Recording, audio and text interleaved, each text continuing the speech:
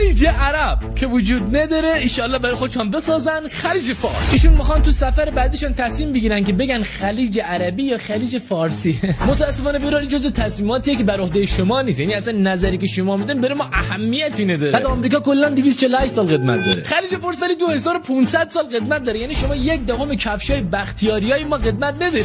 بطلمیوس دانشمند، جغرافیدان، منجم، ریاضیدان یونانی میگفت خلیج فارس. شما که برو قماربازی سر کازینوات حکم بزنه جون تو. خیلی هم وقت بخیر گنده صحبت کنی، سیستم پدافند هوایی لرستان ما فعال میکنه، یعنی ما 10 تا برار لورم بره شما کافی هست. سیستان بلوچستان همونقدر که معرفتشان زیاده هدفگیریشن هم خوبه. برارای بندری جنوب و اینا کوسه رو با دست خالی میگیرن شما رو که اصلا با قایق موتوری میان شما رو انگل میکنه. شمال ما که تبرستان با شما میرزا قاسمی درست میکنه. خود عربا ایران زمان دفاع مقدس دیدن خار مادر صدام چی کرد. اصلا تو خراسان مشهد بخواین رد برین وسایل نقلیه‌تون خاموش میشن. برای چی؟ چون دیگه شم ندارن. حتی به جای جاده قدیم و ساختمون برای شما کافیه. تهران شما چهارشنبه سوری تشریف بیارن یک نازی‌آباد پاسخ شما رو میده. میخوام از طرف رگ ترکیم بگم. ترامپ ترانسکیمینگو دقاده به رگ دیگه هم که کردیه بخوام پیام بدم. خب من الان به تو بچه خوشگل چی بگم؟ دالگش میشه؟ نه.